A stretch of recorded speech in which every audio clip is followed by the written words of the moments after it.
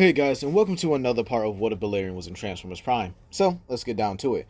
When we last left off here, Balerion actually was caught up in the mixture between Mech and Arachnid here, saving Arachnid in the process and, well, bringing her back to the Autobot base due to the injuries both her and he sustained from fighting off Mech's forces here.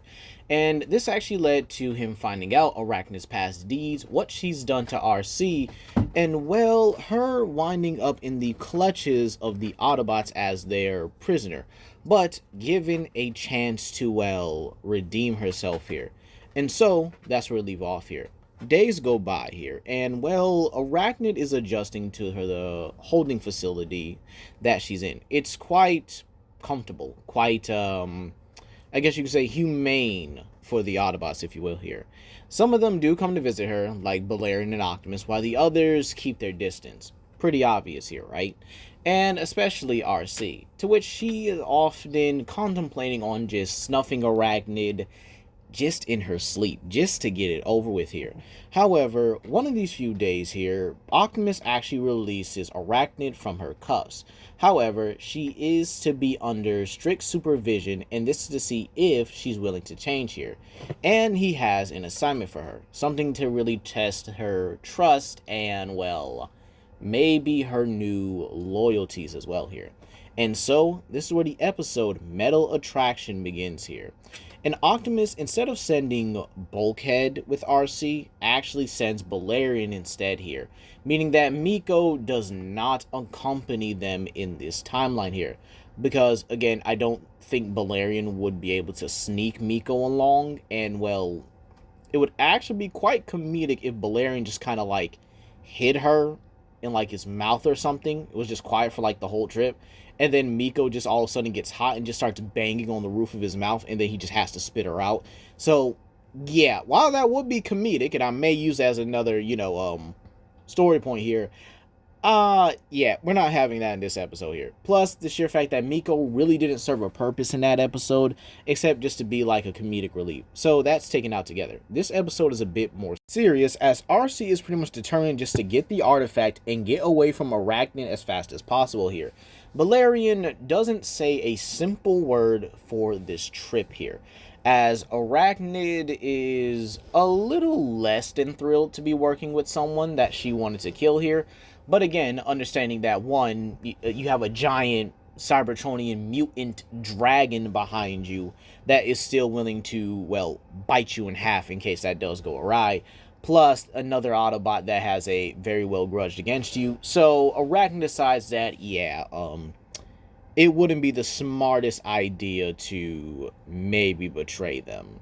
So, with that being said here, they actually do find the location of the Polarity Gauntlet. However, in this timeline, it's this Knockout and Breakdown being the ones to excavate this here. Now, you might say, why? Why them here?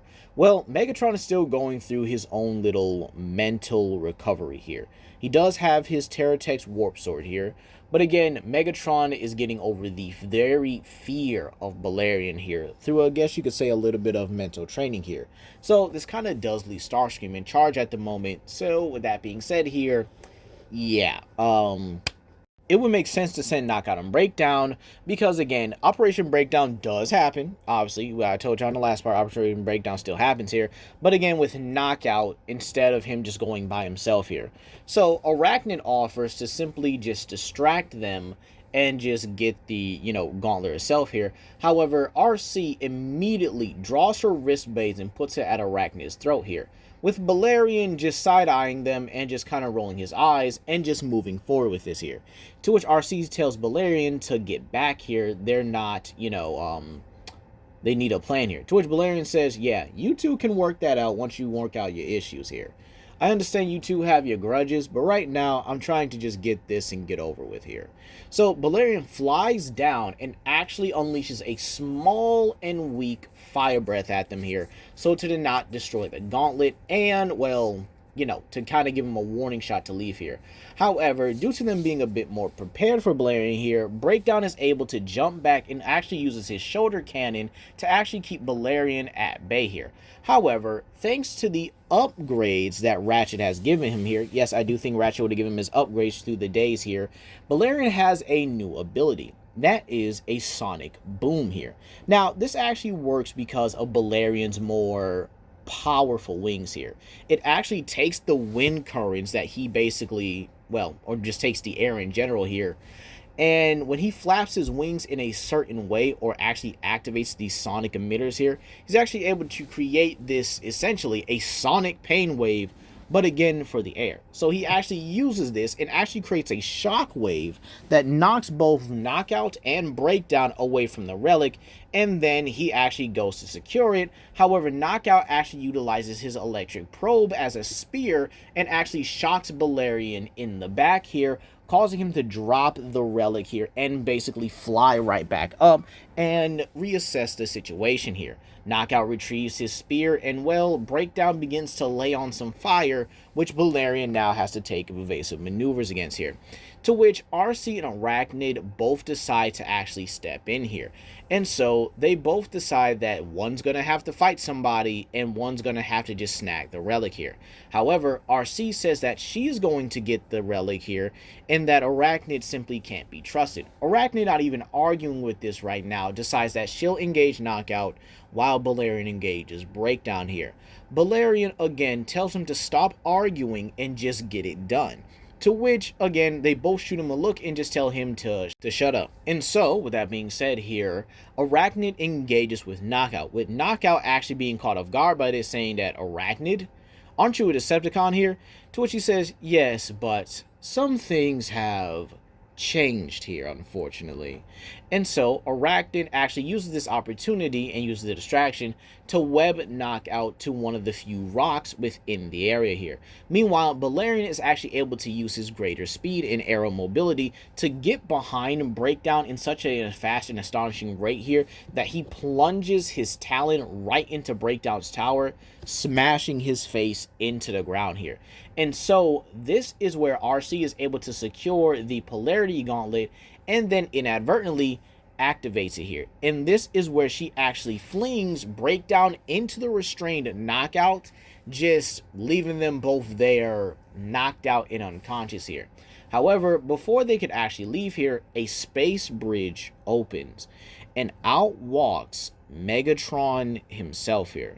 And this is where Arachnid, Arcee, and even Balerion are a bit stunned by his new appearance.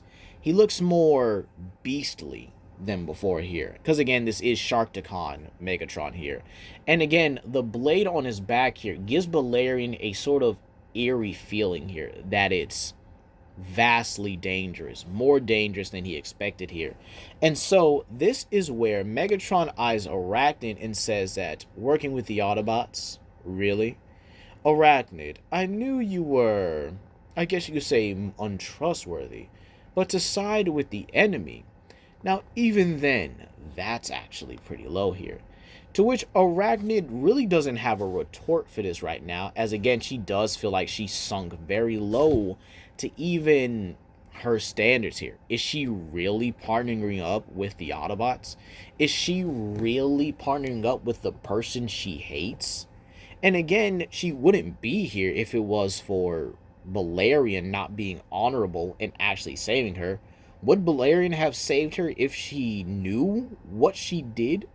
If she knew all her deeds? So, believe it or not, Arachnid does have a little bit of turmoil here within herself. But right now, Balerion simply just charges at Megatron and begins to engage with him here. However, this is where Megatron dips around, or sorry, not dips, weaves around him and uses the Terratex Warp Sword to slash Balerion across the chest, leaving him in shock. And again, it hurts. His green energon does spill out. And Arcee looks in shock. She's never seen Balerion bewildered and even hurt He's been so powerful all these years here, and yet Megatron just cut through him like a hot knife going through butter.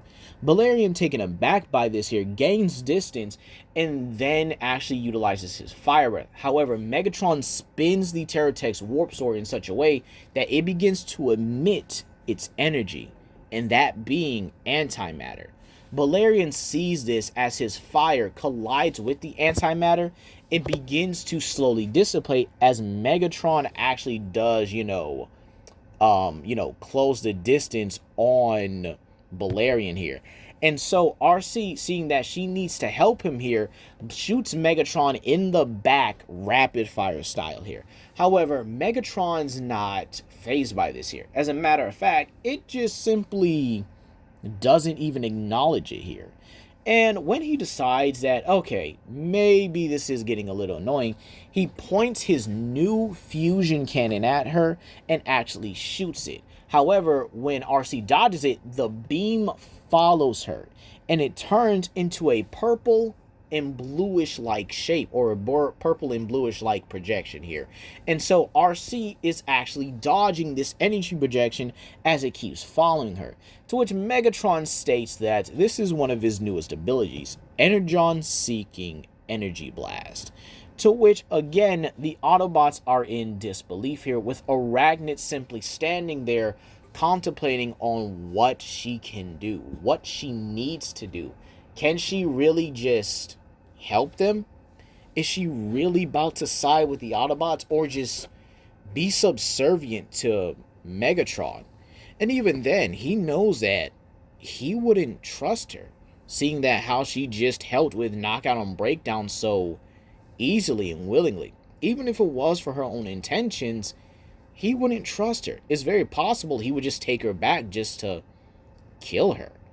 So Arachnid is still deciding here. However, her decision is made when Megatron begins to close in on Balerion and actually plunges the sword right through his shoulder here, hearing out his screams of pain and suffering at the moment here, as Megatron then pins down his face here and pretty much drips the sword right back out of him and prepares to end him here.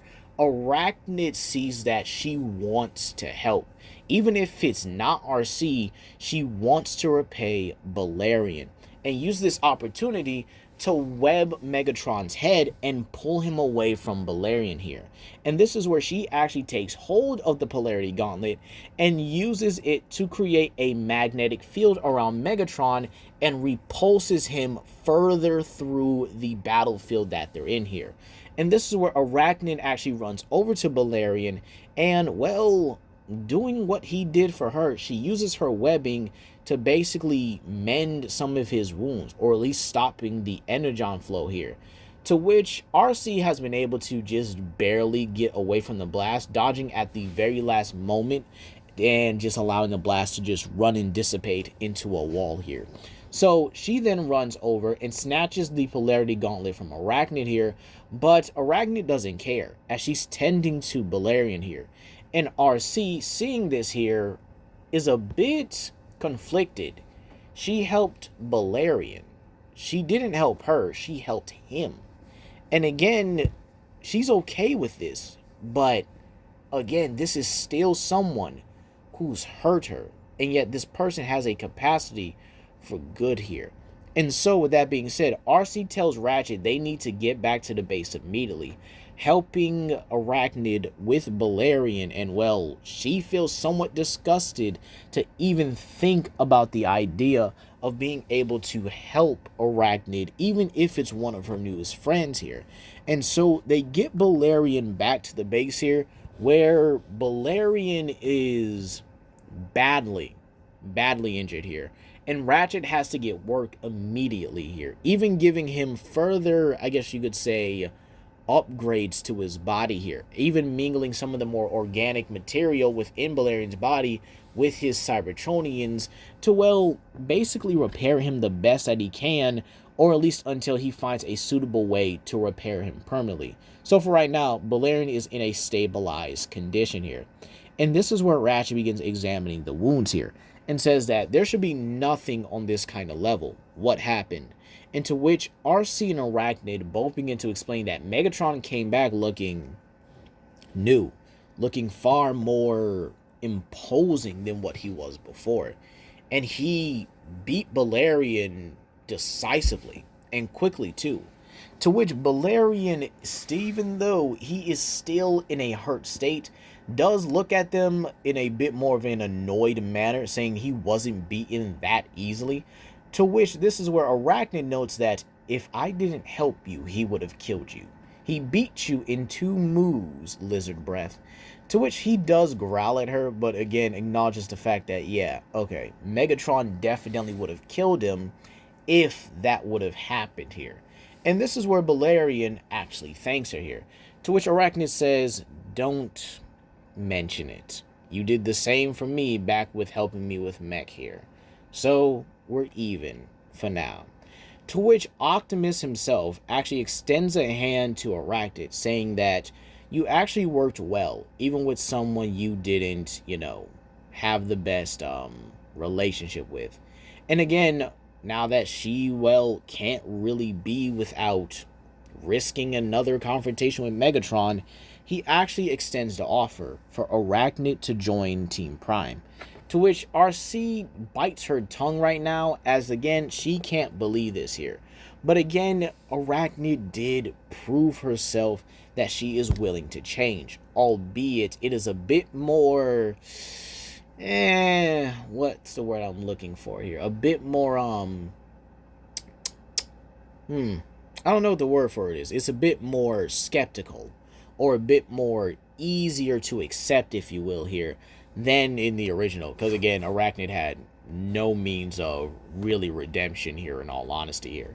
So with that being said here, yeah, Arachnid does join Team Prime, and gets an Autobot insignia where her Decepticon logo, or where her Decepticon insignia originally was here.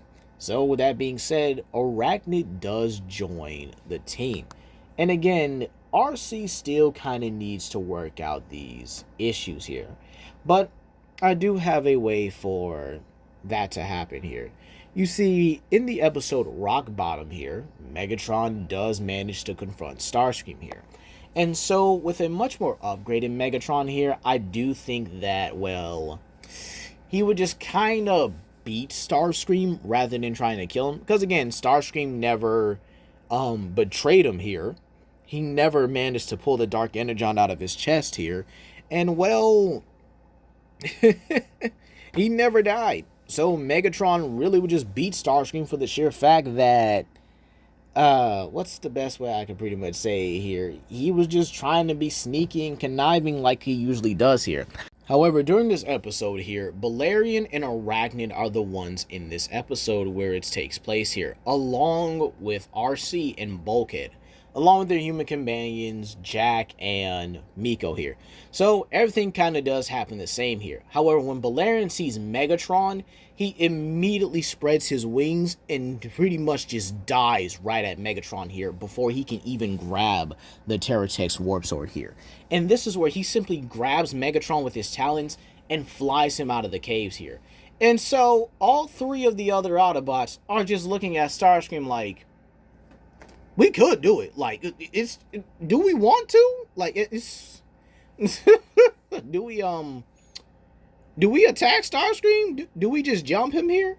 And so Arachnid just simply webs Starscream to the wall here and just kind of, I guess you could say, torches him in a way here, using her more lethal methods here. And this actually gives Arcee a little bit of PTSD on how she was tortured under Arachnid as well here.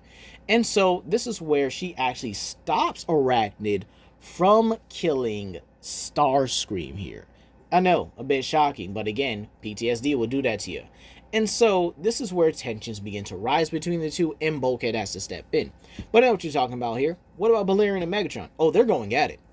Yeah, that dogfight is something insane here. Balerion and Megatron are weaving around each other, and Balerion is even able to use his much stronger and much more, devastating wings here to actually begin to overpower Megatron in the aerial combat part. However, Megatron decides to kind of bait Balerion into getting another shot with the Terratech's Warp Sword here. So Megatron actually flies straight to the ground and transforms and basically readies his sword with his cannon out in front here.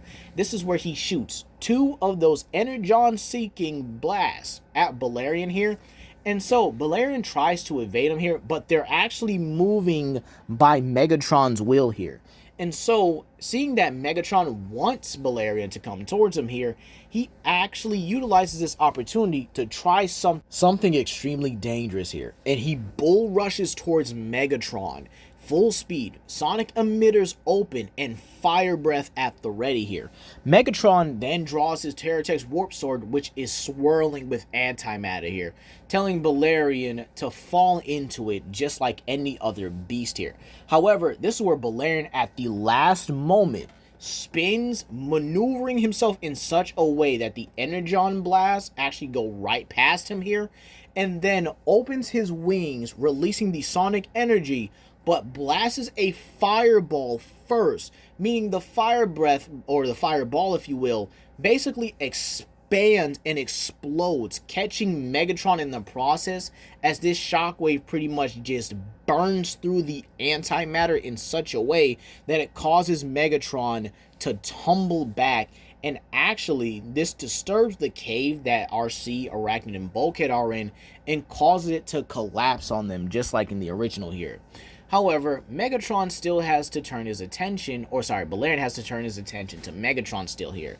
And so, Megatron, utilizing this opportunity, begins to simply gaslight and goad Balerion here. Are you really going to finish me? Or are you going to help out your friends? It's quite amusing how you are. You're definitely one of the greatest beasts I've ever fought before. But even then, you still lack the means to actually carry out your true potential. You're still compassionate here. And Balerion knows he's right, but he doesn't give Megatron that satisfaction and actually does go to help them here. However, as he's digging them out here, Starscream actually emerges from the rubble and actually utilizes this opportunity to simply run towards Megatron, as again, he doesn't really have any other options at this point here. So, with that being said here, how does this actually go for the rest of the episode? Well, Arcee and Arachnid have to put aside their differences in order for them to escape here, with Arachnid utilizing her tunneling ability to reach Balerion. And so, this is actually a way for Arcee to get out and the kids to get out here, and all of them working together to get Bulkhead out of there here. So, this means that Arcee and Arachnid may not like each other, but they can at the very least work together here. And so I would definitely leave this episode off here within the episode partners. 2 Decepticons actually appear on Earth, that being Skybite and Rampage.